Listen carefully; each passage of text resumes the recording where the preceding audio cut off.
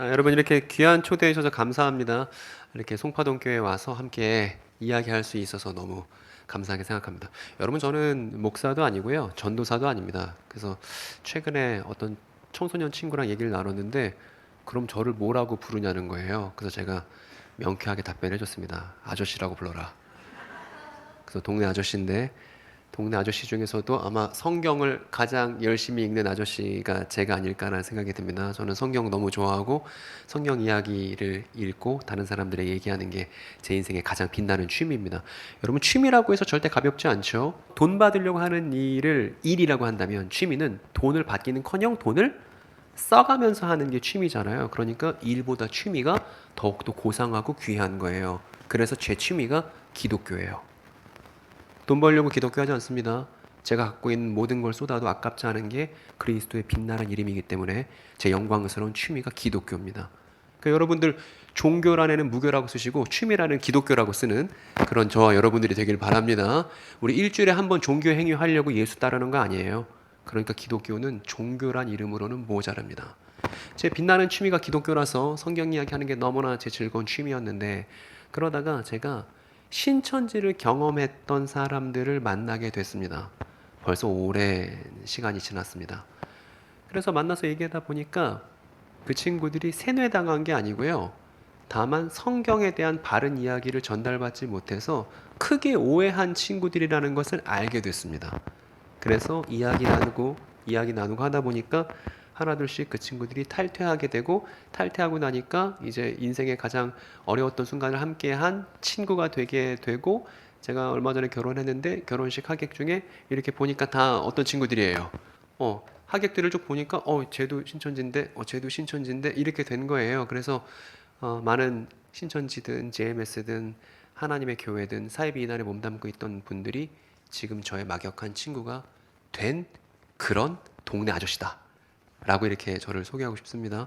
여러분, 제가 그래서 제 인생의 여정을 소개할 때 빠뜨리지 않고 부르는 찬양이 있습니다. 여러분, 이런 찬양 아세요?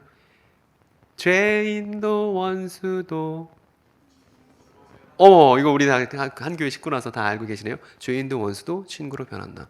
사이비 이단으로부터 우리 교회를 지키자는 울타리를 우리가 잘 세워보자 이런 식의 목적을 사이비 이단 사에게 둬서는 안 되는 거예요.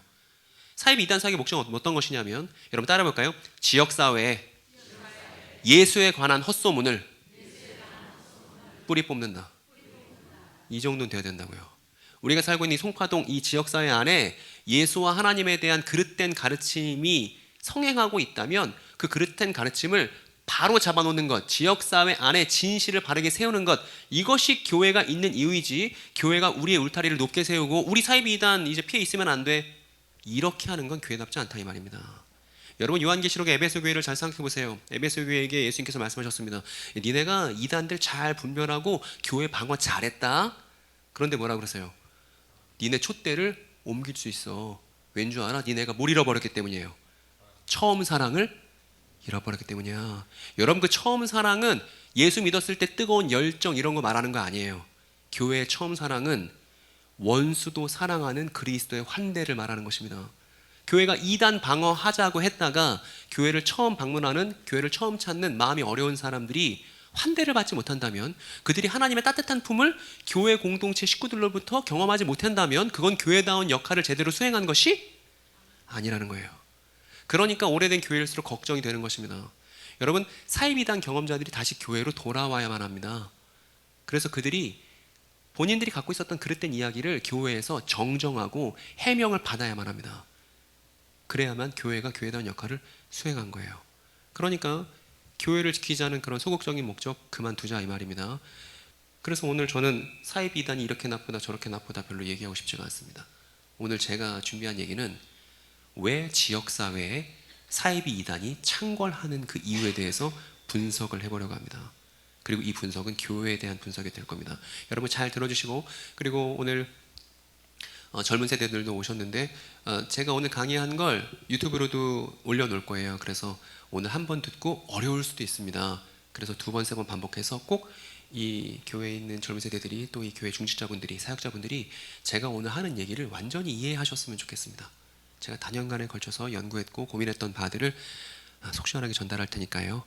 잘 여러분들에게도 이 내용들이 전달되고 이 송파동의 지역사회의 책임을 여러분들이 잘 감당할 수 있는데 마중물로 사용하셨으면 좋겠다는 생각이 듭니다. 오늘 우리가 이야기할 주제는요, 종말입니다. 종말. 여러분, 종말 하면 어떤 생각 드세요? 종말.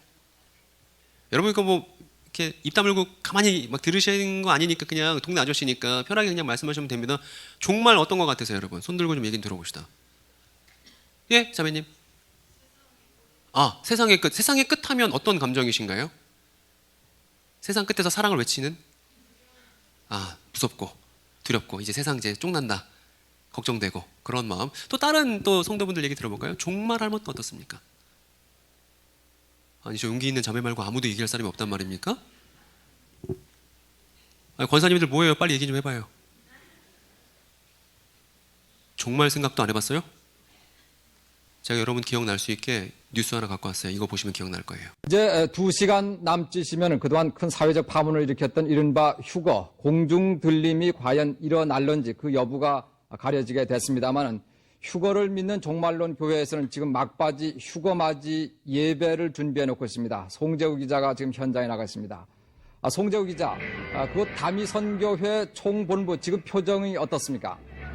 예, 이곳 서울 성산동의 다미선교회 본부에는 지금 조금 전인 9시부터 마지막 휴거 예배에 들어갔습니다. 그리고 주변에는 구경 나온 수백 명의 주민들로 일대 혼잡을 빚고 있습니다. 오늘 휴거 예배는 휴거 예정 시간인 자정까지 계속될 예정인데 지금은 일부 순서로 찬양 예배를 갖고 있습니다. 외부인의 출입을 막고 있어서 안의 상황을 알 수는 없지만은 지금 밖에까지 커다란 찬송 소리가 들려나오고 있습니다. 종말론 교회 중에서 교세가 가장 큰 이곳 다미선교회는 오늘 밤 7시쯤부터 1,500여 명의 신도들이 속속 입장을 마쳤습니다. 신도들은 지도부 측에서 전달한 휴거 행동 지침을 따른 탓인지 간단한 소지품 외에는 간소복 차림을 하고 입장을 했습니다. 네, 있을지도 모를 불상사에 대비해서 그곳에도 지금 경찰이 배치가 돼 있죠. 예, 이곳에는 구급차와 소방차 그리고 400여 명의 경찰들이 만일 사태에 대비해서 배치되어 있습니다. 그렇지만은 아직까지 뭐 이렇다 할 사항은 벌어지지 않고 있습니다. 나이 지긋한 노인들과 어린 소년 소녀들 그리고 엄마의 등에 업힌 갓난아이까지 가족 단위의 모습이 많이 눈에 띕니다. 같이 가세요. 어머 울지 마. 야, 여러분들 여기 말이죠. 자신을 말리기 위해 나온 어머니를 달래는 아들의 모습도 보입니다. 주변에는 근심 어린 표정의 가족들과 호기심 어린 구경꾼들 그리고 내외신 취재 기자들까지 몰려서 벌써부터 상당히 혼잡합니다.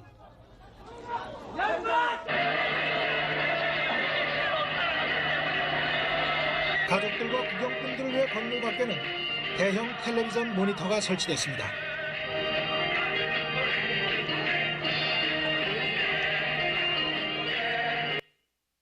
네, 여러분 이제 기억나시나요? 어떤 사건인지 아세요? 1992년도에 있었던 다미선교회 휴거 사건입니다. 여러분 지금 보신 저 MBC의 생중계가 MBC에서 다미선교회의 휴거 날짜에 생중계했던 게 한국근현대사 안에서 종말이라는 말의 이미지를 결정했던 가장 결정적인 사건이었습니다.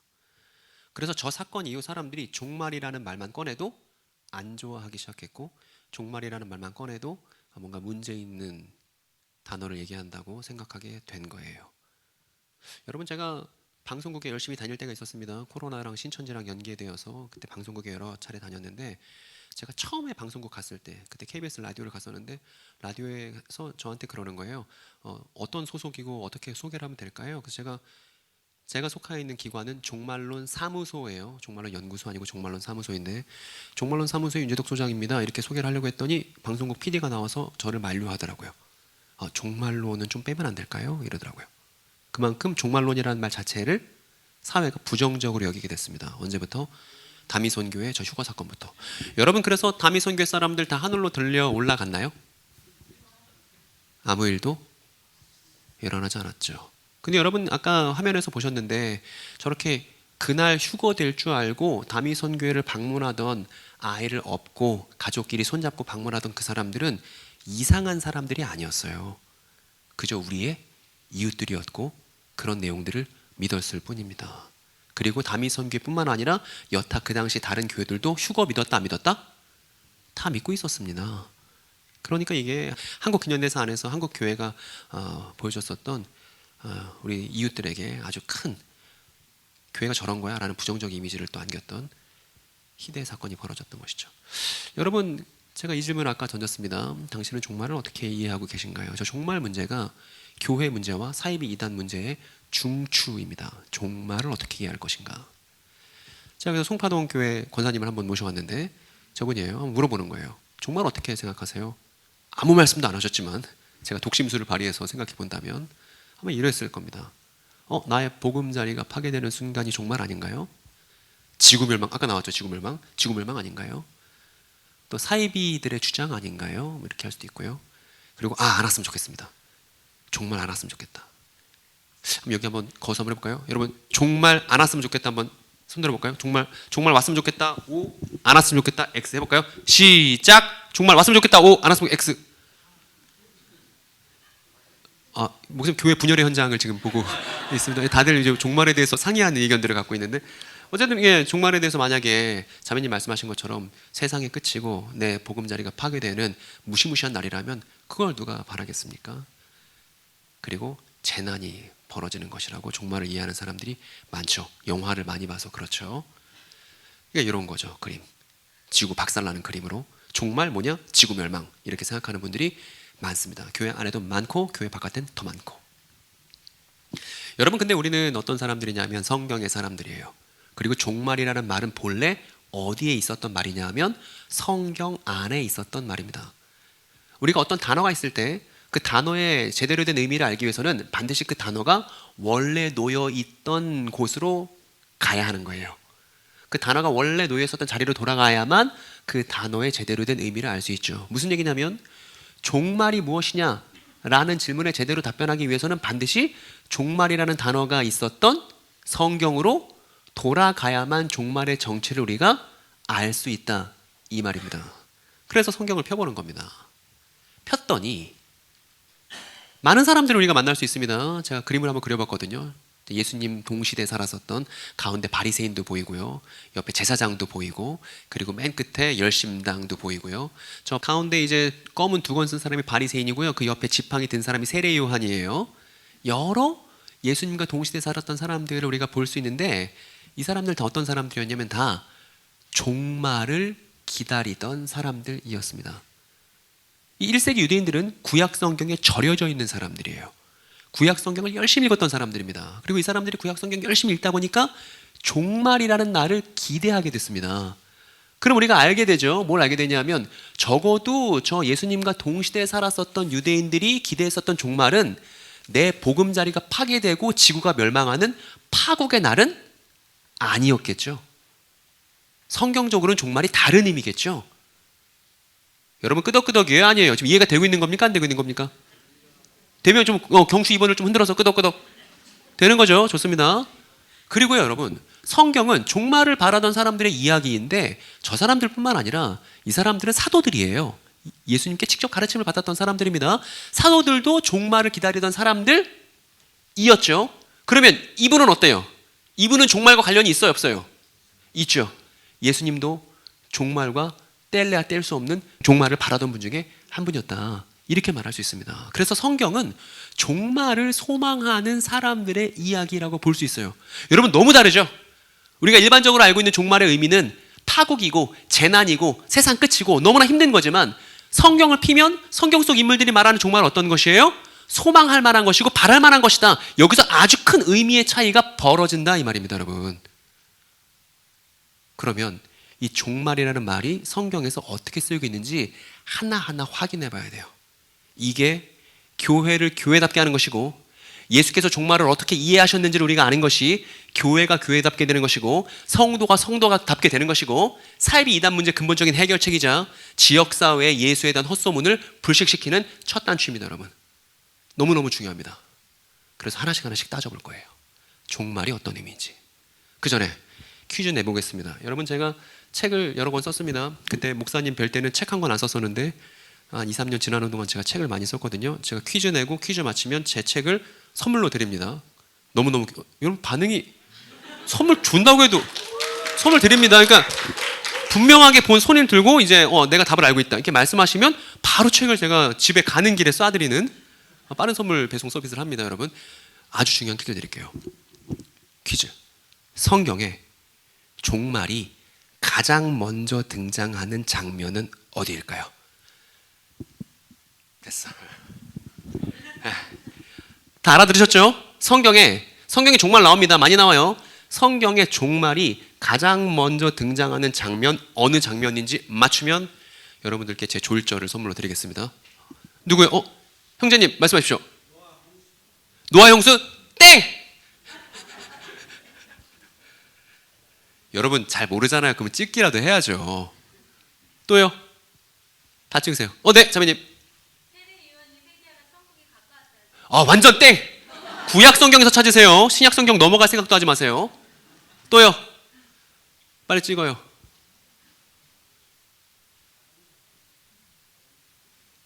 제가 충청도에서 왔는데 충청도 분들 같으세요. 왜 이렇게 답변들을 안 해요? 빨리요. 또 어디요? 네, 자매님. 소돔과 고모라? 땡!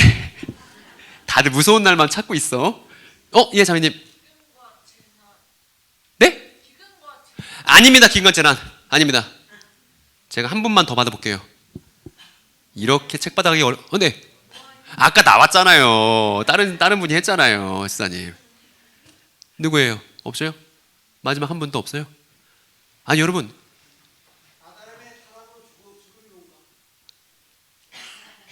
용기 있는 답변 너무 감사하지만 땡이에요. 아쉽습니다, 여러분. 다음 퀴즈를 기대해 주시고 여러분 제가 답변을 이제 보여드릴 건데 여러분 제가 이 답변을 보여드리면 깜짝 놀라실걸요? 왜 깜짝 놀라냐면 전혀 상상해 본 적도 없는 장면이었기 때문에 깜짝 놀라실 겁니다. 어떤 거냐면 답을 공개할 시간입니다. 여기 이집트예요. 이집트인데 어느 노인이 있습니다. 근데 이 노인이 이제 나이가 많이 들었어요. 눈도 잘 안 보여요. 그리고 죽을 때가 다 됐어요. 그래서 이제 자신의 자녀들을 다 불러 모아서 마지막으로 유언을 하려는 노인이 있습니다. 여러분 이 노인 이름 아시나요? 그렇죠. 이 노인의 이름은 야곱입니다. 야곱이 자기 아들들을 싹 불러놓고서 이제 말합니다. 뭐라고 말하는지 주목해 보세요. 얘들아 모여라.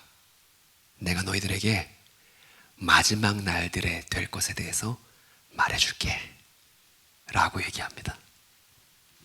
저 마지막 날들이 한자로 두 글자로 뭐예요? 그렇죠. 여러분 그러면 종말은 어떤 날입니까? 아까 소돔과 고모라 나오고 노아의 홍수 나오고 파국의 현장은 다 나왔죠? 여러분 종말은 성경적 의미가 뭐예요? 야곱이 자기 자녀들에게 했던 유언들이 이루어지는 시기를 가리켜 뭐라 부른다? 그래요. 그게 성경적 의미의 종말이라고요. 여러분들이 갖고 있는 통념과 너무 다르죠?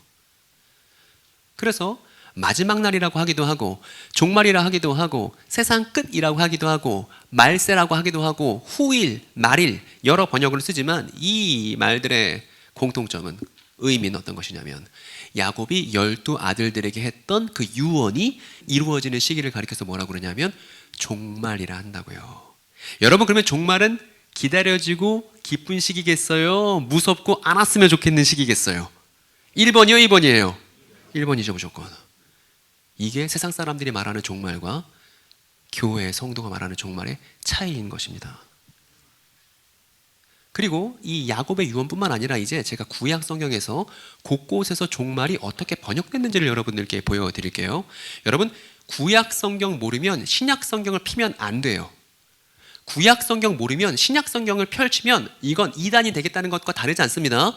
대부분의 이단들은 구약 성경 대충 보고 신약을 자기 멋대로 해석하면 이단인 거예요. 그래서 구약 성경을 탄탄하게 읽고 구약 성경을 잘 이해해야만 신약 성경이 시원하고 재미있는 겁니다.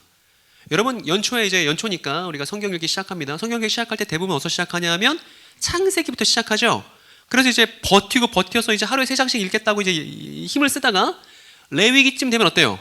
레위기도 아니야. 뒤에 출애굽기 후반부에 성막 짓고 막 장이 맺히고 규가 맺히고 나면 어때요?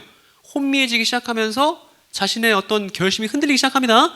그러다가 어떤 친구들이 어떤 마음을 먹냐 하면 역시 구약은 너무 어려워. 나는 신약부터 읽어가지고 마태복음으로 뛴단 말입니다. 이렇게 읽으면 된다는 거야, 안 되는 거예요? 안 된다는 거예요. 성경은 출애굽기부터 읽는 거예요. 창세기가 아니라 출애굽기부터. 이거 나중에 여러분 하나 광고부터 합시다. 제가 운영하는 채널이 있습니다. 종말론 연구소 아니고 뭐라고요? 종말론 사무소입니다. 유튜브 채널에 지금 종말론 사무소. 저 얼굴 치워주세요.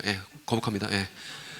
종말론 사무소라는 채널이 있고 종말론 사무소라는 채널 다 구독하시고 그동안 제가 전국 교회들을 다니면서 순회하면서 강연했던 게 다 업로드 돼 있으니까 여러분들 꼭 보셔야 성경 전체를 어떻게 이해할지 감을 잡을 수 있습니다. 탁월한 강의를 통해서 제가 잘 만들어 놨으니까 여러분 다 보셨으면 좋겠고 저는 전국의 어느 교회 강의 초청을 가든지 똑같은 강의를 반복해 본 적이 한 번도 없어요. 매번 새로운 강의를 해왔습니다. 다 시리즈로 연결해서. 그러니까 여러분 꼭 보셨으면 좋겠습니다. 어쨌든 제가 드리고 싶은 얘기는 구약 성경을 탄탄히 읽어야 되는데 이제 구약 성경에 나온 종말이라는 말이 등장하는 여러 대목들을 살펴보자는 것입니다. 여러분 지금 저 사람 누구냐면 발람이라는 사람이에요. 발람. 여러분 발람 아십니까? 발람 민수기에 나옵니다. 발람 어떤 애냐면 이제 발락이라는 이방 왕이 저 선지자를 초청해서 이스라엘 백성 좀 저주 좀 해줘 라고 불러서 이스라엘 백성 저주하려니까 갑자기 이제 하나님께서 저 발람의 그 돈에 매수된 사자 예언자인 저 발람을 통해서 진실을 예언하게끔 했었던 일이 저 민수기에 등장하고 있죠. 그 발람입니다. 발람이 이렇게 말합니다. 마지막 예언을 할 때 이제 나는 내 백성에게로 돌아갈 겁니다. 근데 들으세요. 내가 이 백성이 후일에 당신의 백성에게 지금 발락한테 얘기하는 건데 어떻게 할지를 당신에게 말하겠습니다 라는 장면이 나옵니다. 여러분 여기서 종말과 똑같은 원문 단어인데 달리 번역된 단어가 있습니다. 찾아보세요. 그렇죠. 이게 후일이 보이죠? 그러니까 후일이라는 단어를 성경을 읽다가 발견하게 되면 이거 뭐예요? 종말. 종말은 무슨 뜻이었죠? 야곱의 유언이 이루어지는 시기. 이렇게 이해하셔야 된다고요. 후일이라는 단어가 보일 때마다 말입니다. 그런데 청년들은 또 청소년들은 개역 성경이 어렵습니다. 세번역 성경이 좋습니다. 근데 문제가 뭐냐면 세번역 성경이 너무 풀어서 번역을 하는 바람에 종말의 흔적들이 사라진 경우들이 많습니다. 지금 제가 똑같은 구절을 세번역 성경으로 갖고 왔거든요. 저기서는 어떤 단어가 종말의 번역어인지를 또 찾아보세요. 그래요, 맞아요.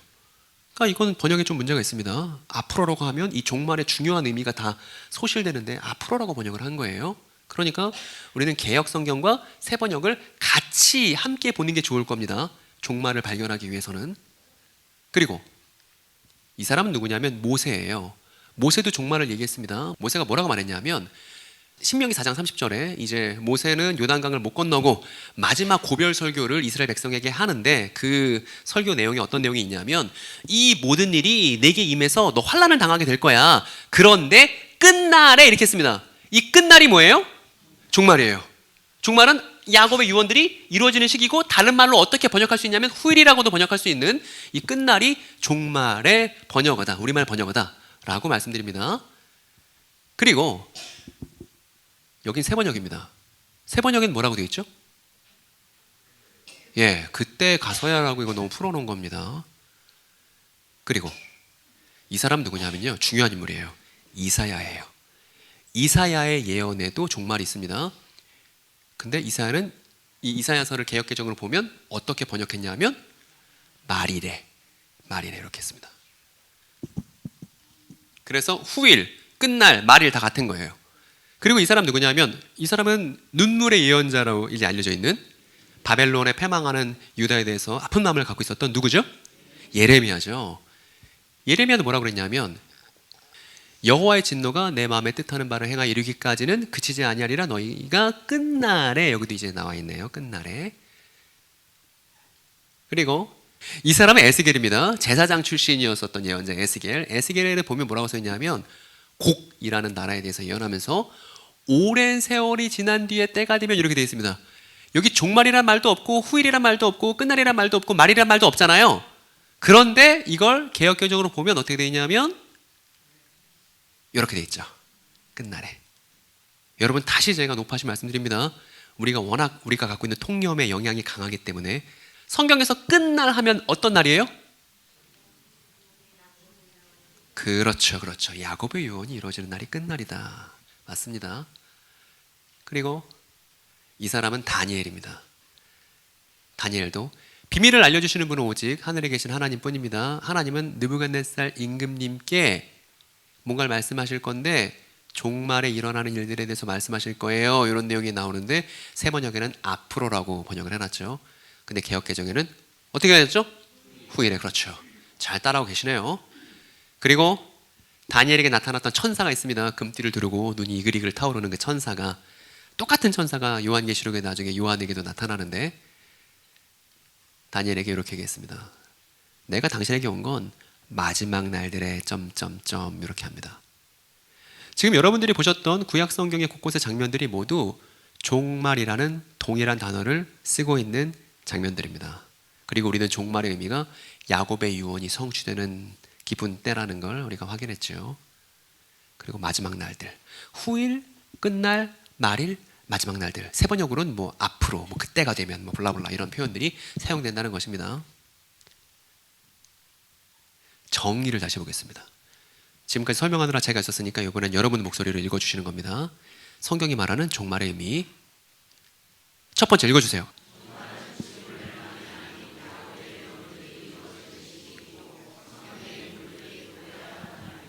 여러분 이것만 알아도 사이비 이단 갈래야 갈 수가 없게 됩니다. 그죠? 사이비 이단들이 말하는 종말은 저거 아니니까. 두 번째는요?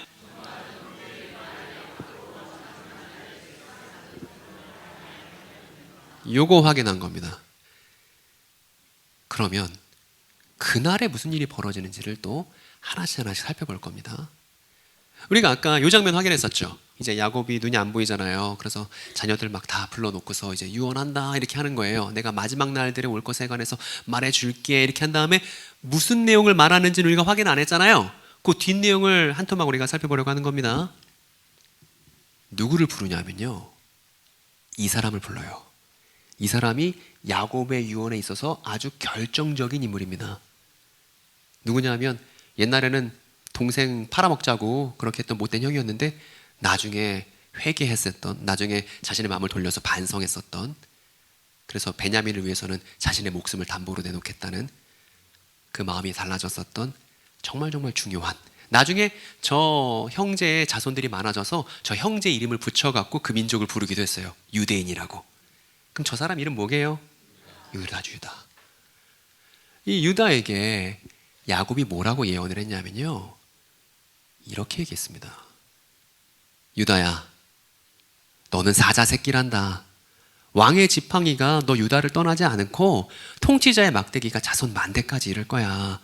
권능으로 그 자리에 앉을 분이 오시면 모든 민족이 그에게 모이게 될 거야.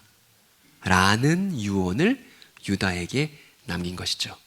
그럼 이제 우리가 알 수 있습니다. 저 유다에게 말했었던 저 내용이 이루어지는 때가 된다면 성경의 인물들은 그날을 어떻게 부를 거예요? 종말이라 부를 거예요. 그거예요. 그래서 모든 민족을 소집하는 유다 지파의 왕이 등장하면 그날은 종말이라 부를 수 있는 것입니다. 그리고 아까 발람 얘기했었죠.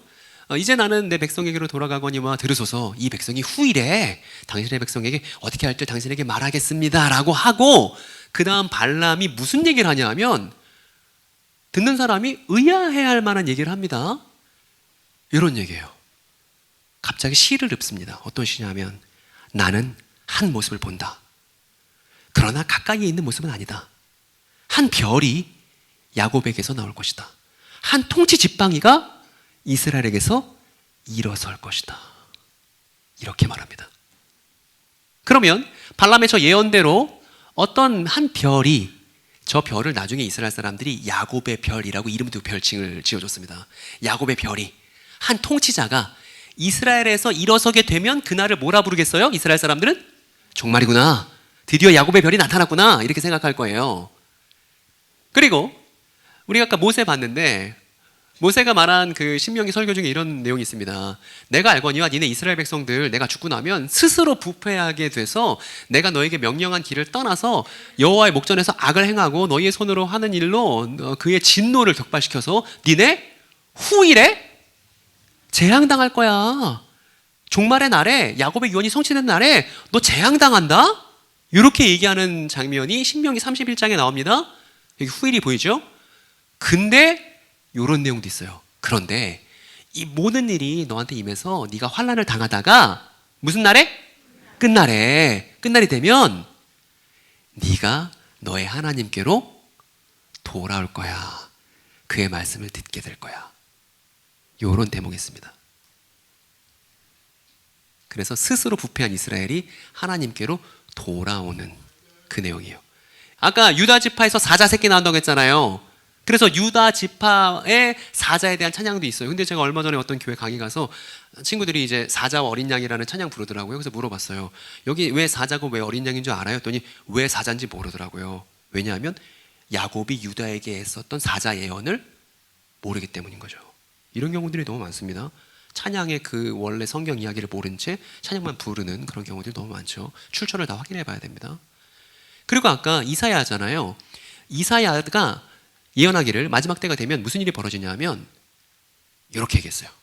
요거는 같이 한번 읽어볼까요? 마지막 때에 주님의 성전이 서 있는 산이 모든 산 가운데서 으뜸가는 산이 될 것이며 모든 언덕보다 높이 솟을 것이니 모든 민족이 모여들 것이다 라는 예언이 있습니다. 그래서 이거 찬양도 있어요. 여러분 다 아시는 찬양이에요. 오라 우리가 여호와의 산에 올라. 그 산은 성전이 있는 산이죠. 하나님의 전에 이르자인데 가사를 바꾸면 좋겠어요. 왜냐면 전이라고 하니까 우리 어린 친구들이 무슨 전인지 몰라. 하나님의 성전에 이르자잖아요. 주의 말씀은 시온에서 나오고. 이게 이방인이 얘기하는 거예요. 왜요? 주님의 성전이 있는 산이 높이 솟아서 그걸로 모든 이방인들, 모든 민족들이 몰려드는데 몰려드는 이방인 중에 하나가 이제 내가 주의 성전산에서 주의 율법을 배워야겠다라고 말하는 대목이 이사야에 나오거든요. 그래서 종말에 무슨 일이 벌어지냐면 모든 민족이 높이 솟은 주님의 성전으로 모이게 되는 일이 벌어지는데 그런 일이 벌어지면 종말이지 이렇게 하는 거라고요. 그리고 예레미야도 뭐라고 그랬냐면 나 주는 나의 마음속에 뜻한 바를 시행하고 이를 때까지 분노를 풀지 않을 것인데 마지막 날이 오면 너희가 이걸 분명히 깨닫게 될 거야. 여기서 깨닫게 된다는 이것은 뭐냐 하면 저 앞에 있는 주님께서 자기 마음속에 뜻한 바를 가리키는 거예요. 즉 종말이 되면 하나님께서 뜻하신 바를 분명하게 깨닫는 사람들이 도처에 등장하게 될 겁니다. 그럼 종말입니다. 그래서 진노 끝에 시행되는 하나님의 뜻을 확연하게 깨닫는 날이 종말이다. 그리고 에스겔 고가 끝날에 무슨 일이 벌어지냐면 내가 너를 이끌어다가 내 땅을 치게 할 거다. 즉 곡이라는 민족이 이스라엘 땅을 공격하는 일이 또 종말에 벌어진다고 하네요. 그리고 다니엘에게는 또 어떤 내용이 있냐면 비밀을 알려주시는 분은 오직 하늘에 계신 하나님뿐입니다. 하나님은 느부갓네살 임금님께 앞으로 일어난 일이 무엇이라는 것을 알려주셨습니다. 이렇게 되어 있습니다. 이 얘기는 무슨 얘기냐면 느부갓네살 임금이 바벨론의 왕인 느부갓네살 임금이 꾸었었던 꿈의 내용은 어떤 내용이냐면 종말에 벌어지는 일에 대한 내용이구나 라는 걸 알 수 있죠. 즉 느부갓네살의 꿈의 내용은 종말에 관련된 내용인 것입니다. 그리고 천사가 다니엘에게 찾아와서 내가 이제 당신에게 온 것은 마지막 날들에 당신의 백성이 당할 일을 깨닫게 하는 것입니다. 이 환상은 종말에 일어날 일들에 관한 것입니다 라고 다니엘에게 얘기합니다. 그래서 정리를 해보겠습니다. 여러분 지금까지 했었던 너무 많은 내용 우리가 확인했으니까 정리가 안 될 수 있으니까 다시 한번 갈무리 해보겠습니다. 첫 번째, 모든 민족을 소집하는 유다의 왕이 등장합니다. 유다 지파의 사자가 등장하고요. 발람이 얘기했던 것처럼 야곱의 별이라는 통치자가 이스라엘에게서 일어나게 됩니다. 언제? 종말에. 그리고 스스로 부패했었던 이스라엘이 다시 여호와께 돌아오는 일이 벌어집니다. 끝날에. 그리고 후일이 되면 모든 민족이, 모든 이방 민족이 높이 솟은 주님의 성전으로 모이는 일이 벌어집니다. 그리고 진노 끝에 시행되는 하나님의 뜻을 분명하게 깨닫게 되죠, 우리가. 그리고 곡이라는 민족이 이스라엘 땅을 공격하는 일도 벌어지고요. 그리고 느부갓네살의 꿈이 가리키고 있는 날이 바로 종말이고, 그리고 천사가 다니엘에게 보여줬던 환상의 의미가 종말에 관한 내용이다. 우리가 이렇게 정리했습니다. 구체적인 내용들을 확인해 보지 않았지만 이 정도 내용들을 우리가 대충이나마 확인하게 된 거예요. 그래서 여러분 지금 우리가 확인했던 저 내용들, 이 1세기 유대인들, 예수와 동시대에 살았던 유대인들은 다 알까요, 모를까요? 알죠. 구약 성경을 호흡하듯이 살았던 사람들이니까 모를 리 없잖아요.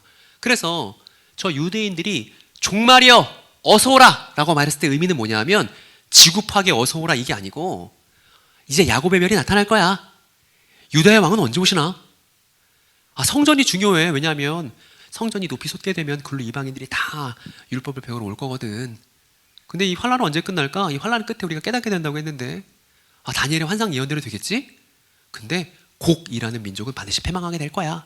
이런 우리가 앞에서 확인했었던 종말에 관련된 구약 성경 내용들을 갖고서 유대인들은 종말을 이해했을 거라 이 말입니다.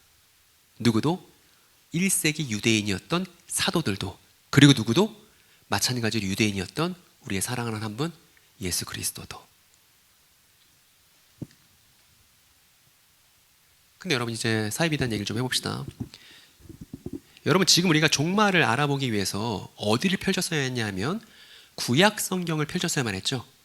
구약 성경을 꼼꼼히 읽는 것이 종말이 무엇인지를 찾는 방법이었죠.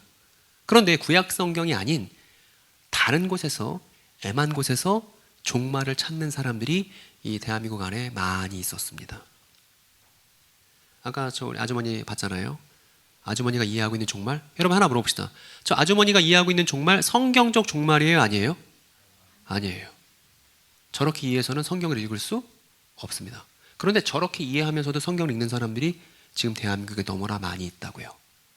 야곱의 유언의 유자도 못 들어본 채 종말을 이해하고 있는 사람들이 너무나 많다 이겁니다. 어디에도? 교회 안에도. 저 사람들이 이제 우리의 이웃입니다. 우리의 그냥 일반적인 이웃이라고 한번 가정해 보세요. 종말? 종말 뭐지? 지구 멸망인가? 좀 불안한데? 이런 생각 갖고 있는 그냥 보편적인 일반적인 이웃입니다. 근데 이 친구가 교회를 찾는 거예요. 종말에 대해서 알고 싶어서. 그러더니 교회에서 듣는 얘기가 어떤 얘기냐면 이런 얘기 듣습니다. 종말은 반드시 옵니다. 그러면 교회에서 저런 메시지를 들었던 우리의 이웃이 마음이 어떻겠습니까, 여러분? 불안해요. 불안해요. 게다가 지금 보시는 거 익숙하실 수도 있습니다. 젊은 세대들은 모를 수 있는데 나이 드신 분도 익숙할 거예요.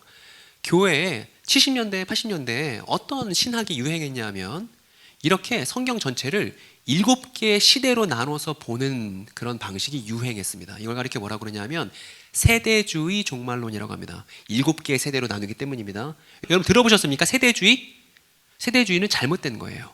세대주의는 성경적이지 않습니다. 그런데 그럼에도 불구하고 저렇게 7개의 시대로 나눠서 성경을 보는 게 한국 교회 안에 유행처럼 번지기 시작했습니다. 근데 저게 왜 문제가 되냐면요. 이 부분 때문입니다. 좀 자세히 설명드릴게요. 여러분, 무죄 시대는 아담 시대 이런 거 말하는 거예요. 성경 처음 대목 말입니다. 그리고 인간 정부 시대는 바벨탑 말하는 거예요. 약속 시대는 아브라함, 이삭, 야곱, 족장 시대 말하는 거고 율법 시대는 모세죠. 교회들이 있는 시대는 어떤 시대냐면 은혜 시대라고 불러요. 세대주의 종말론에서 은혜 시대. 그리고 이 교회 시대가 끝나면 1000년 동안 태평성대한 왕국이 펼쳐질 것이다. 이렇게 가르쳐 왔다고요. 근데 이게 왜 문제가 되냐면 앞에 건 지나간 거니까 별로 중요하지 않더라도 저 6번, 7번이 중요합니다. 은혜 시대가 교회 시대라고 했잖아요. 교회 시대가 끝나면 세대주의 종말론은 뭐라 가르쳤냐면 휴거가 있을 것이다. 휴거가 뭐예요, 여러분? 예수님 믿는 사람들이 다? 제가 아까 깜짝 놀랐습니다, 목사님. 아까 우리 예배 전에 찬양했잖아요. 뭐 옛 선지자 에녹같이 우리들도 천국에 뭐 한다는 거예요? 그게 세대주의 종말론의 흔적이라고. 오늘 그거 준비했는데 그걸 딱 불러서 뭐야? 들리 올라가는 걸 휴거라고 한단 말입니다. 그래서 예수 믿는 사람들이 싹 다 공중으로 이제 부양되면 지상에서는 무슨 일이 벌어지냐면 기근과 재난이 벌어지는 거예요. 아까 말씀하신 것처럼.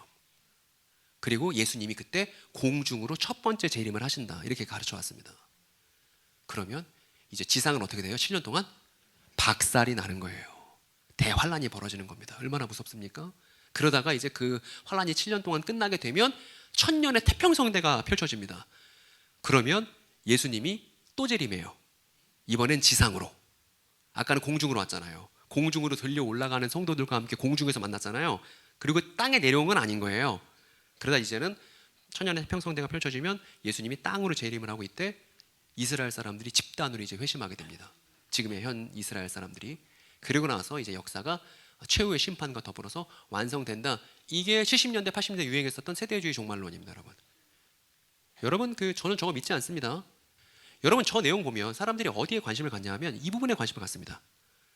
나는 휴거에 꼭 참여해야지. 세상은 어때요, 여러분? 어차피 세상은 7년 대환란이 올 거니까 개판 5분 전 되는 건 기정사실이죠. 그러면 이렇게 믿고 있는 사람은 세상의 문제에 관심이 있겠어요, 없겠어요? 별로 없어요. 근데 저 세대주의 종말론이 유행하던 게 언제예요? 군사정권 시절입니다, 여러분.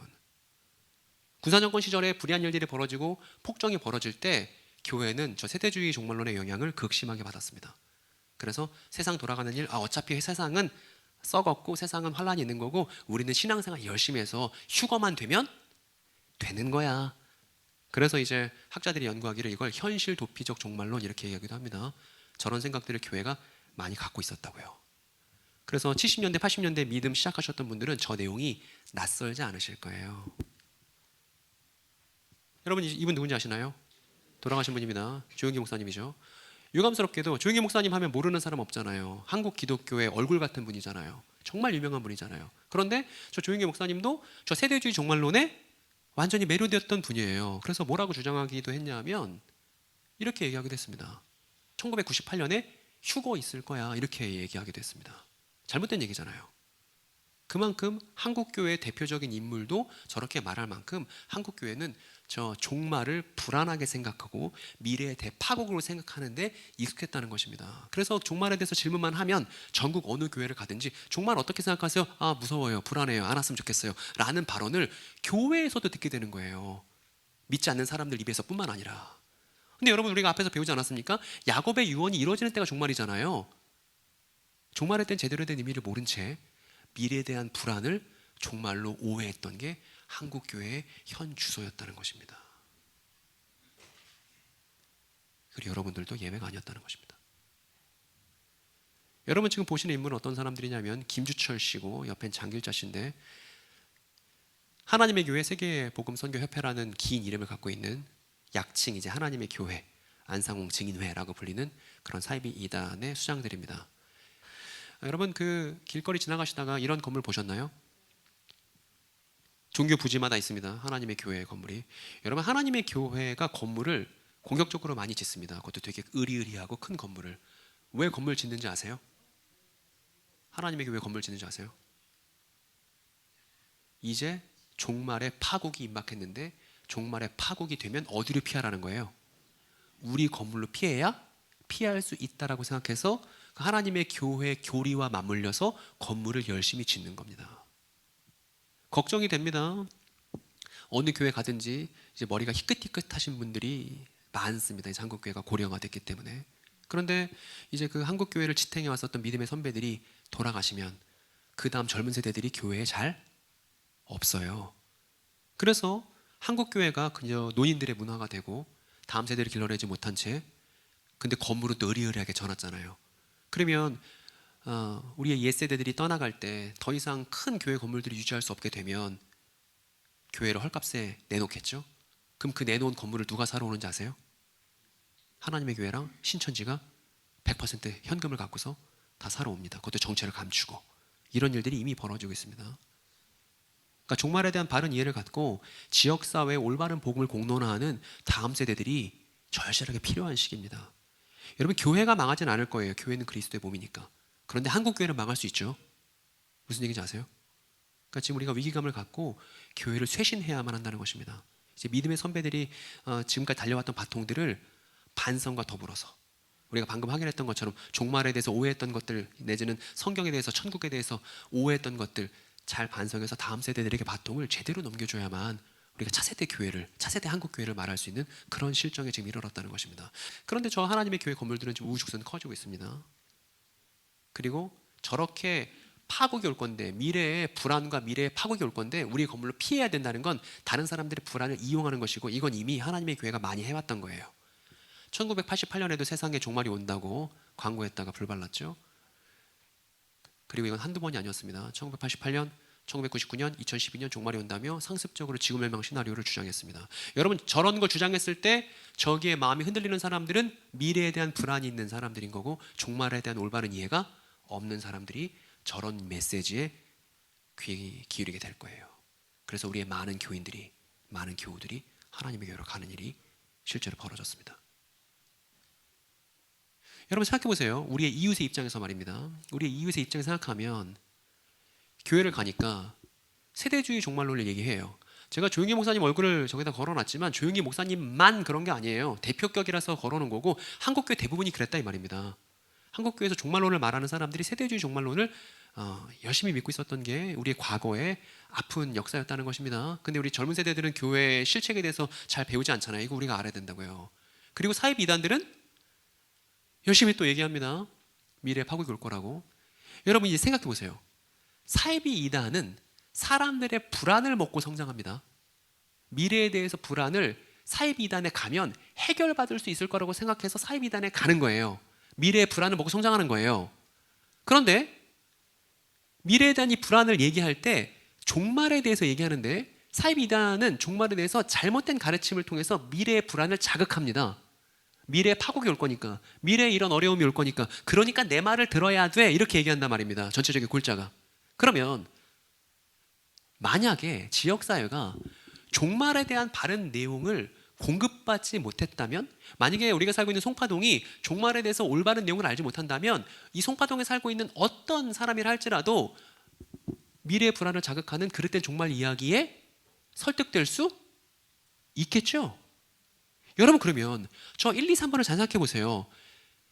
지역사회에 그릇된 종말에 대한 이해를 갖고서 사이비 이단들이 범람하는 건 누구의 책임이죠?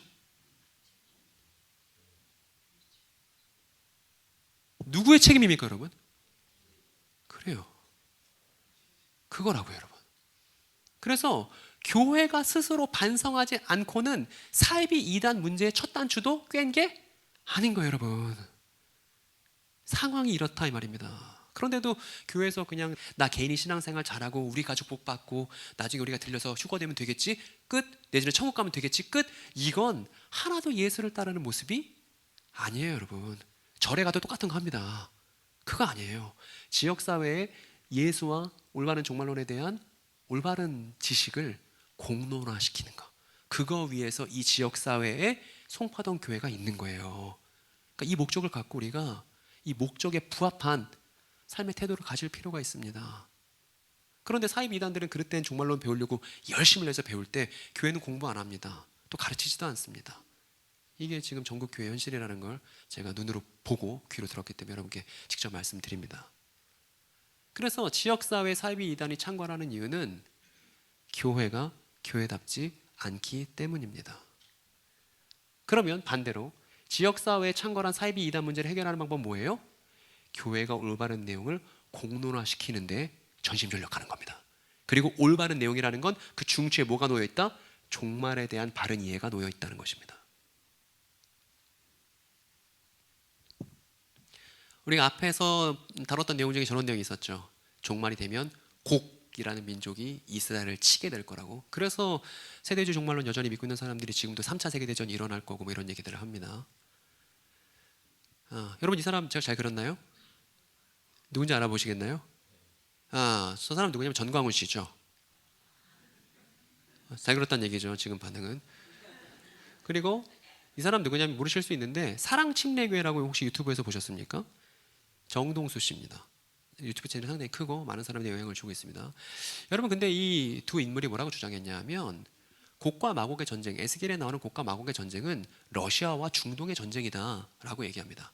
그래서 중동에서 뭔가 사건이 벌어질 때마다 에스겔 이야기를 해요. 그러면 그 얘기를 듣는 우리의 많은 할머니들이, 우리의 많은 교회 다니시는 할아버지들이 마음이 어떻겠어요? 불안하죠. 불안하고 저 사람 말이 맞다, 저 사람 말 들어야겠다, 이렇게 하시더라고요.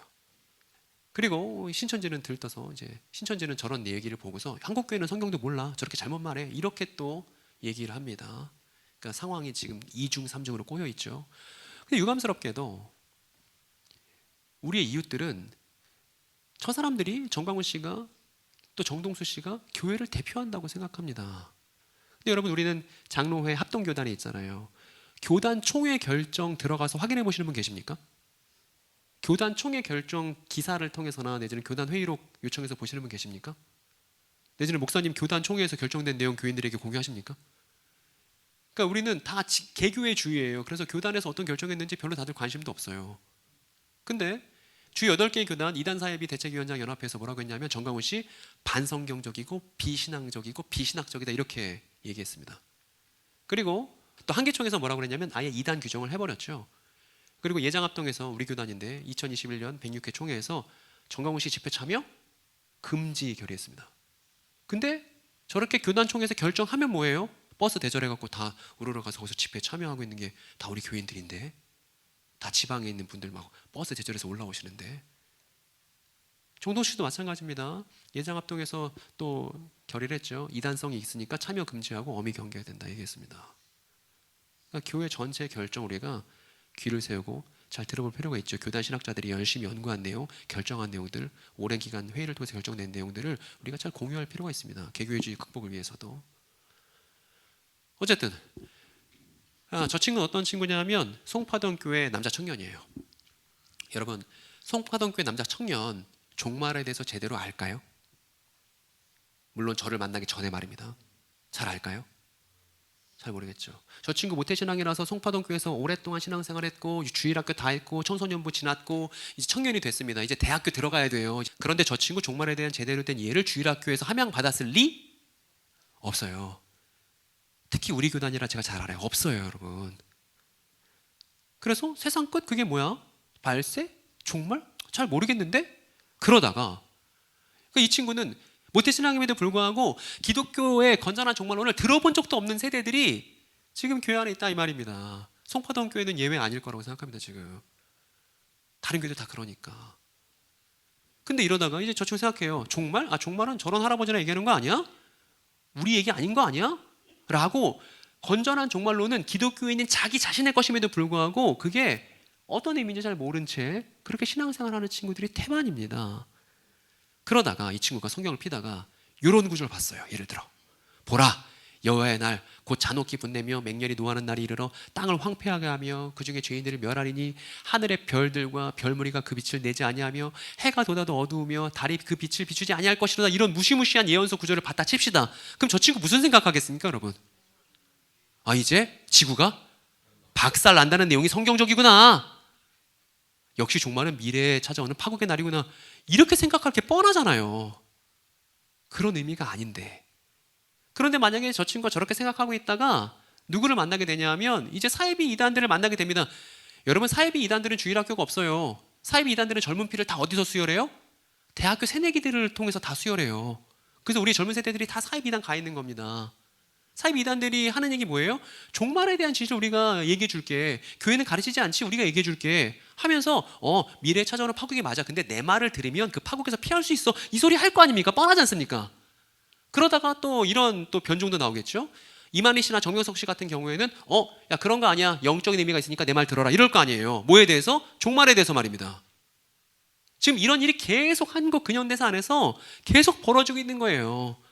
그러니까 제2의 신천지, 제2의 JMS 계속 불을 보듯 뻔하게 생길 겁니다. 이만희 씨가 죽더라도, 정명석 씨가 17년 대법원 판결이 나왔더라도.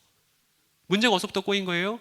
교회가 제대로 된 종말론을 교인 전체가 공유하고 함양해야 된다고요. 그리고 이 공유하고 함양해야 된다는 건 한 가지 조건을 필요로 합니다. 어떤 것이냐면, 여러분 여기서 신앙생활 오래 하셨던 분들은 목사님 설교 다 오랫동안 들으셨죠.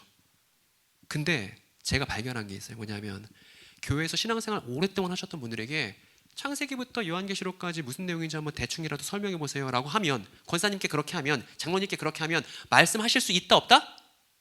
불가능해요. 안 되더라고요. 왜냐하면 한국 교회 성도들은 듣는 데에만 열심히 했고 말해보는 훈련을 해본 적이 없어요. 그러니까 지역사회의 올바른 내용을 내가 들어서 알더라도 입으로 해본 적이 없으니까 공론화시킬 수가 없는 반쪽짜리 성도가 됐다 이 말입니다. 그런데 사이비 이단에 가 있는 부녀자분들을 만나니까 사이비 이단들은 그날 성경 공부를 거기서 하잖아요. 반드시 뭐로 확인하는 줄 아세요? 무조건 그날 당일에 스피치 훈련을 해요. 그래서 스피치 훈련해서 본인이 말할 수 있으니까 본인이 말한 걸 본인이 듣고 본인이 설득돼요. 그리고 어디 가서 말하려고 해요. 그래서 한국 교회 교육에 뭐가 부재하다? 첫 번째, 종말론 교육이 부재하다. 두 번째, 말해볼 수 있는 계기를 한국교회 성도들은 얻지 못했다. 이 두 개가 결정적인 교육의 문제였다는 것입니다.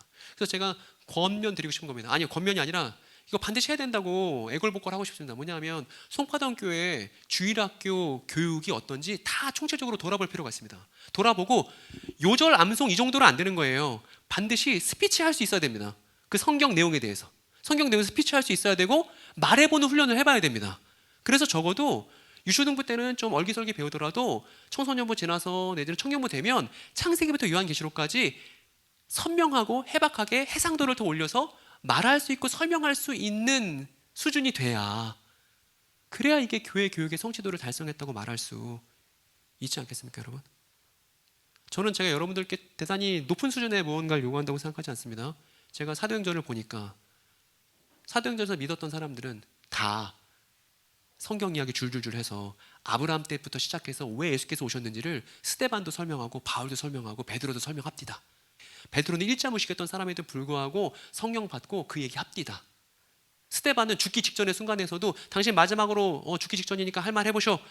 옛날에 아브라함이 있었는데요. 이것부터 하더라고요, 스데반은. 그러니까 성경 이야기를 통해서 바른 종말론 위에서 우리가 성경에서 어떻게 예수를 말하고 있는지를 설명하고 이야기할 수 있는 거. 오늘 우리가 베드로전서 3장 15절 읽었잖아요. 우리 마음속에 갖고 있는 그리스도에 대한 소망을 우리가 표현할 수 있도록 준비하라고 베드로가 말하지 않습니까? 이 준비를 갖추는 교육 제도를 여기에 자리 잡지 않으면 교회의 미래가 없습니다, 여러분.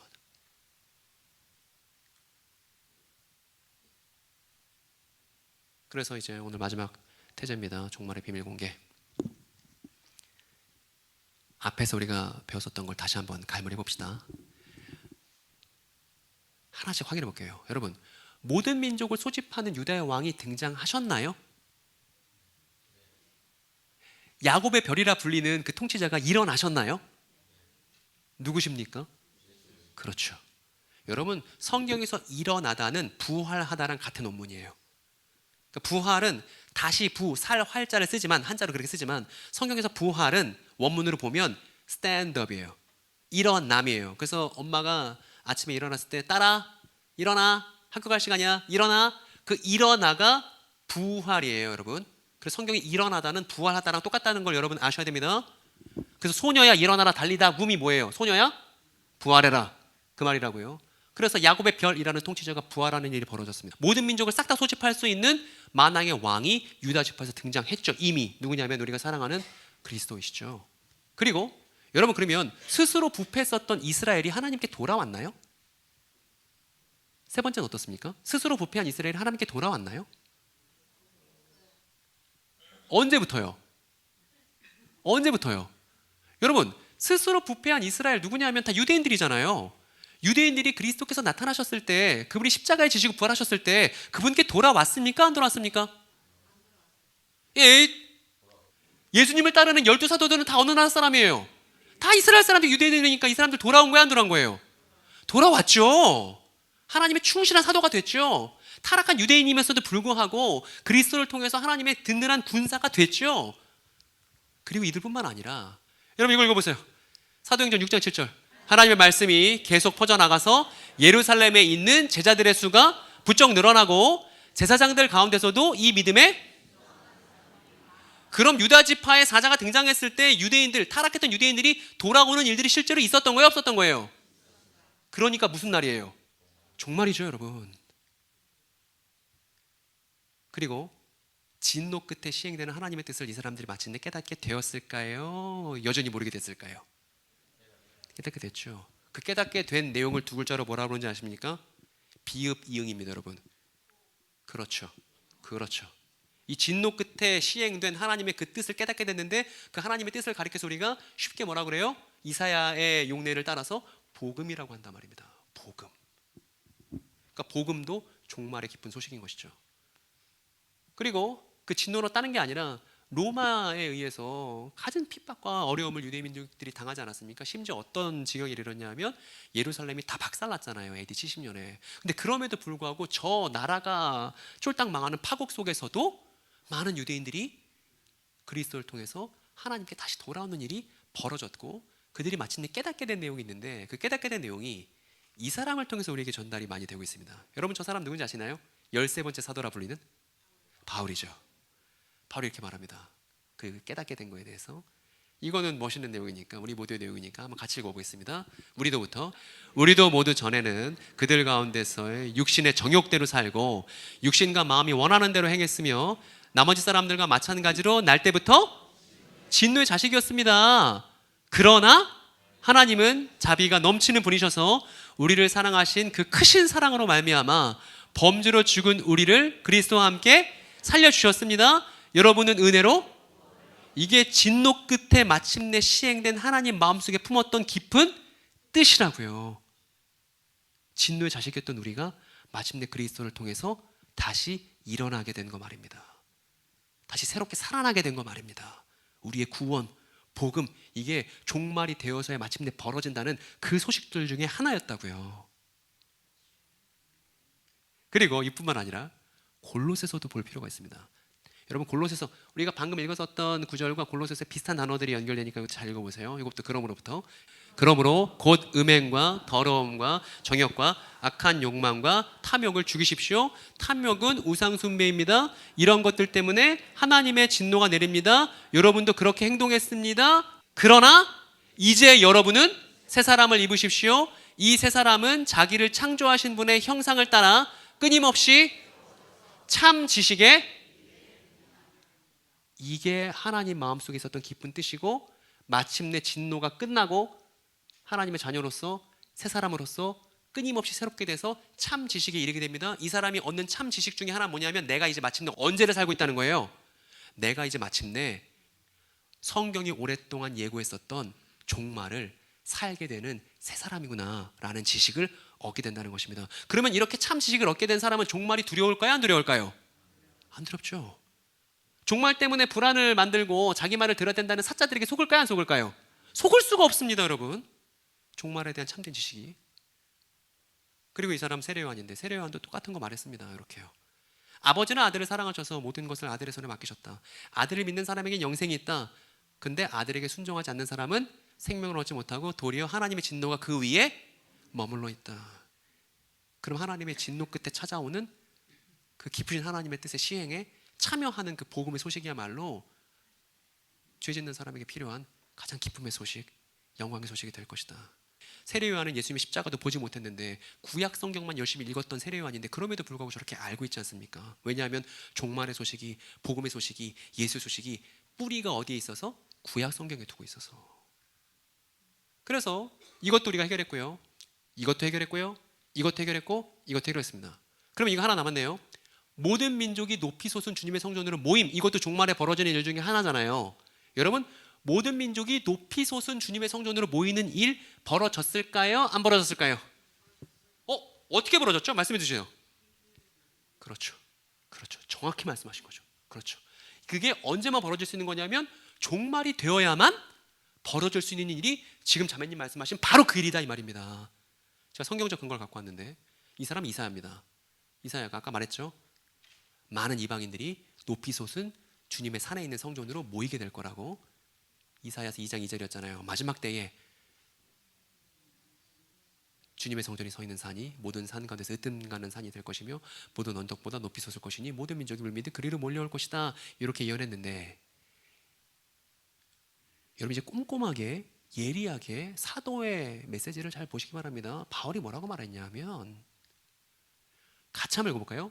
여러분은 사도들과 예언자들이 놓은 기초 위에 세워진 건물이며 그리스도 예수가 그 모퉁이 돌 되십니다.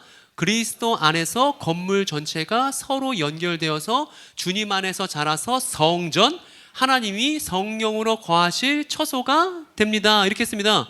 여러분 여기서 여러분은 뭐래요? 교회잖아요. 이 교회가 뭐라는 거예요? 잘 보세요. 건물이래요. 어떤 건물이래요? 성전이라고 하네요.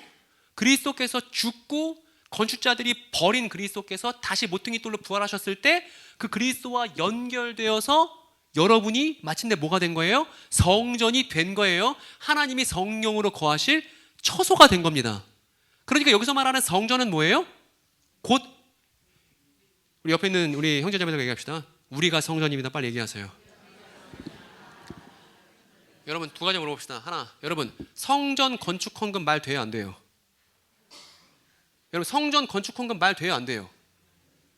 말이 안 되죠. 왜냐하면 내가 이미 건축된 성전인데, 내가 건축되어 지어져가는 성전이 나인데 너인데 우리 교회 식구들인데 공동체들인데, 여러분 건축물 이런 건물들을 더 이상 성전이라고 부르는 건 사도들의 메시지가 용납할 수 없는 잘못된 얘기예요. 근데 그럼에도 불구하고 교회 뒤에 비치되어 있는 헌금 봉투 보세요. 뭐라고 써 있어요? 성전 건축 헌금이라 써 있죠. 제가 어느 교회 가서 제발 그 짓 좀 하지 말라고 제가 진짜 막 아글아글 썼는데도 그거 하나 못 바꾸더라고요. 여러분 교회 건물은 성전이 아니에요. 성전이라고 성경이 말할 수 있는 건 마침내 종말에만 나타날 수 있는 종말론적 성전은 뭐냐 하면 성령으로 새롭게 된 너와 나, 예수를 함께 믿고 따르는 너와 나, 인간 성전이 참된 성전인 것이지, 더 이상 건물은 성전이라고 하지 말아야 되는 겁니다. 여러분 안 되는 거예요. 그거는. 그리고요 베드로입니다. 여기도 여러분 주님께 나오란 얘기는 어떤 건물로 가란 얘기가 아니죠. 주님께 나오란 얘기는 뭐가 되라는 거예요. 뭐가 되라는 거예요? 성전이 네가 되라는 거예요. 성령의 집이 되라는 겁니다. 너는 살아있는 돌이니까, 그리스도의 성전을 구성하는 살아있는 돌이니까 네가 그 살아있는 돌로서 성전이 되라는 얘기가 주님께 나오라는 것이지 특정 건축물로 모이라는 얘기가 아닙니다. 여러분 근데 신천지도 그렇고 하나님의 교회도 그렇고 성전 건축 헌금 걷습니다. 이거 성경적이에요? 비성경적이에요? 그런데 교회도 성전 건축 헌금 걷습니다. 그럼 양쪽 다 어때요? 성경에서 벗어났죠? 그러니까 문제가 두 번 꼬여 있다고요. 올바른 메시지를 공론해야 될 교회도 성경에서 벗어나 있는 행태들이 여전히 관성처럼 끈끈하게 남아 있으니까 사이비 이단들에게 손가락질할 수 있는 자격이 있어요 없어요? 없는 거예요 여러분. 종말에 대한 그릇된 이해 때문에. 여기도 혹시 교회 건물을 성전이라 부르신 분 계신 거 아니에요? 예? 반성하시고 오늘 확실하게 깨달으셔야 됩니다. 그거 그만하셔야 되는 거예요. 안 되는 거예요. 여기도 주님께 나오십시오. 여러분도 살아있는 돌과 같은 존재로서 성령의 집이 됩니다. 대놓고 써놨지 않습니까? 그러니까 이사야의 예언을 모를 리 없는 바울과 베드로는 종말에 마침내 나타난다는, 이방인들이 몰려든다는 그 높이 솟은 성전을 베드로랑 바울은 어떻게 이해하고 있는 거냐 하면, 예수를 믿고 새로워지는 우리 공동체의 너와 내가 바로 그 성전이야 라고 지금 이해하고 있는 거잖아요. 그래서 마침내 우리를 통해서, 예수 믿고 성전이 된 우리를 통해서 이사야의 성전에 대한 예언이 마침내 성취되고 있어 라고 말하는 게 사도들의 공통된 메시지다는 걸 우리가 확인해 볼 수 있는 것입니다. 여러분 너무 멋있지 않습니까? 전율을 느낍니다. 오랜 유대의 예언들이 이렇게 신약의 사도들의 메시지를 통해서 어떻게 성취됐는지를 우리가 백일에 확인할 때마다, 아, 그리스도의 복음이 정말 깊고 오묘하며 단순히 그냥 예수 믿고 내가 잘 된다 이 정도 수준이 아니고 하나님께서 면밀한 계획이 있으셨구나, 이스라엘을 향한, 이 종말을 향한 하나님의 디테일한 계획이 있으셨구나 하는 생각이 드네요. 이제 해결한 거예요. 다 해결했습니다. 모든 민족이 높이 솟은 주님의 성전으로 모임. 그 높이 솟은 주님의 성전이 이방인들이 몰려들고 있는 전 세계에 있는 교회들이 다, 예수 믿는 형제자매들이 다 그 주님의 성전을 구성하고 있다는 것입니다. 그래서 전 세계 교회는 여러 개가 아니라 하나인 거예요. 그리스도의 몸된 교회 하나. 그리고 우리는 그 하나의 몸을 구성하고 있는 지체들이 된 것입니다. 성전으로서, 살아있는 돌로서. 그럼 여러분 우리가 지금까지 쭉 살펴봤는데 나머지 세 개가 남았습니다. 요렇게요.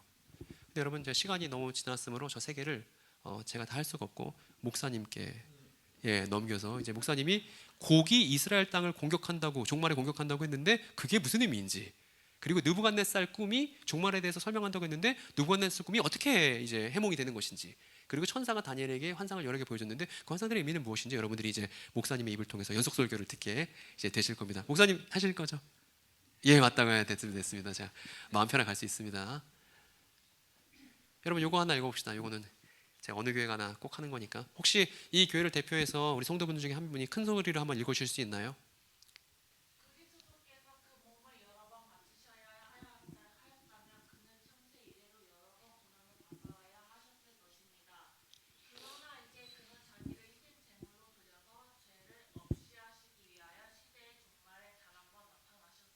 아멘이죠?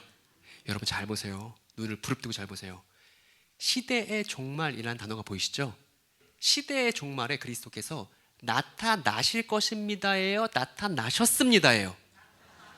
그럼 미래예요? 과거예요? 그렇죠. 그런데 어떤 과거죠? 그리스도께서 나타나신 그때가 시대의 종말인데 그 시대의 종말에 무슨 일이 벌어졌죠, 여러분? 네, 자기를 희생제물로 드려서 죄를 없애버리셨죠? 그러면 예수께서 자기 자신을 희생제물로 드려서 죄를 없애버리신 그때가 시대의 종말이네요. 그럼 그때가 언젠데요? 예수께서 십자가 지실 때 이미 시대의 종말은 도래된 거죠. 찾아온 거죠. 시작된 거죠. 이렇게 말입니다. 지금 제가 여러분들께 보여드린 건 새 번역이에요. 그런데 여러분들에게 익숙한 개역개정으로 보면 이렇게 쓰여 있습니다. 여러분 맞춰보세요. 이번에도 제 책을 걸고 여러분 개역개정 성경에서 시대의 종말이라고 새 번역에서 시대의 종말이라고 번역된 걸 개역개정 번역에서는 달리 번역을 했습니다. 그러면 선물 못 주는데 어떻게? 예, 근데 세상 끝이죠. 여러분 그러면 예수께서 죄를 십자가에 달려 죽으심으로써 없애버리셨을 때가 뭐예요? 세상? 이해됐습니까? 세상 끝, 종말, 말세 똑같은 말입니다. 그리스도께서 죄를 없이 하시기 위해서 시대의 종말에 세상 끝에 나타나셨다. 이거를 놓치면 안 된단 말입니다. 신천지는 1984년이 종말 시작이라고 주장해요. 전혀 그럴 리 없죠. 왜냐하면 히브리서 9장 26절이 저렇게 떡 버티고 있으니까. 그러니까 세상 끝이 임박했으니까 니네 빨리 내 말 들어야 된다. 다 거짓말쟁이들이죠. 왜? 세상 끝은 이미 2000년 전에 시작됐으니까. 이렇게. 그래서 잘 말씀하신 대로 이미 종말은 도래했고 세상 끝은 시작되었습니다.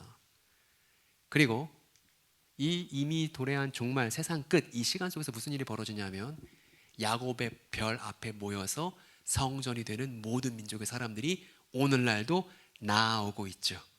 그래서 거대한 종말론적 성전을 지금도 구성하고 있습니다. 전 세계 모든 사람들이 말입니다. 그래서 바울 사도가 이 메시아의 십자가와 부활 이후에 고린도 교회에게 편지하면서 뭐라고 쓰냐면 이런 말을 쓰는 거예요. 우리 한번 같이 읽어볼까요? 이 구약 성경의 내용들이 기록된 것은 말세를 만난 우리에게 경고가 되게 하려는 것입니다. 말세를 만날 거래요? 이미 만났대요? 만났죠. 왜냐하면 메시아 예수를 통해서 야곱의 유언들이 성취되기 시작했고 성경의 종말에 대한 예언들이 다 메시아 예수의 오심으로 출발했기 때문입니다. 그래서 이렇게 말할 수 있는 거예요. 세상 끝은 이미 도래했고 교회는 말세를 만났다고. 그래서 우리가 친구들과 얘기할 때 이런 얘기 됐잖아요. 세상이 말세야. 뉴스를 보니까 말세야. 그러면 깨어있는 성도들은 그 말을 정정해 줘야만 합니다. 뭐라고요?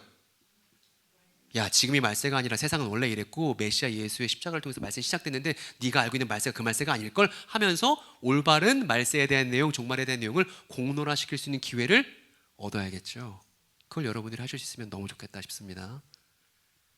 그래서 우리가 첫 장면으로 돌아왔습니다. 종말이야 어서 오라 이렇게 했던 1세기 유대인들의 틈바구니 안에 사도들도 있고 예수께서도 계셨는데 이제 여기 송파동 교회 교인들이 있는 거예요. 남자 성도, 여자 성도, 청년도 있고 이제 자매도 있고 있습니다.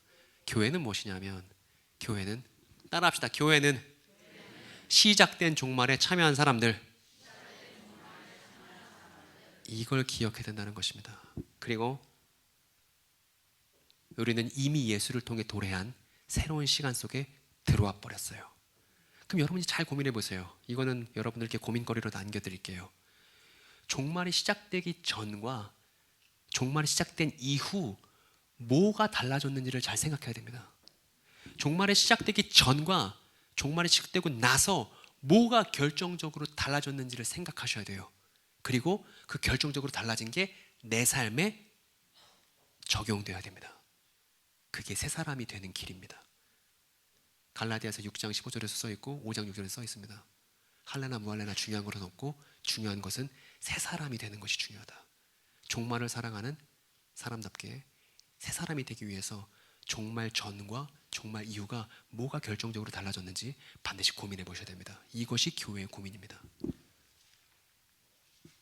그래서 오늘 긴 얘기 들으시느라 고생 많으셨습니다. 오늘 했던 내용들을 총정리하고 오늘 긴 강의를 마무리하도록 하겠습니다. 이제 여러분들이 천천히 한번 읽어보세요. 지금까지 배웠던 내용들을 상기시키며 말입니다. 첫 번째 말은 지구 멸망이 아닌, 좋습니다. 두 번째입니다.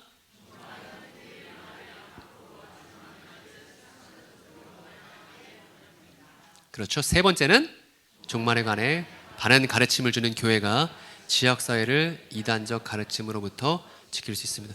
여러분, 교회가 교회를 지키는 건 너무 미진한 성취도라고 말씀드렸죠. 교회는 어디를 지켜요?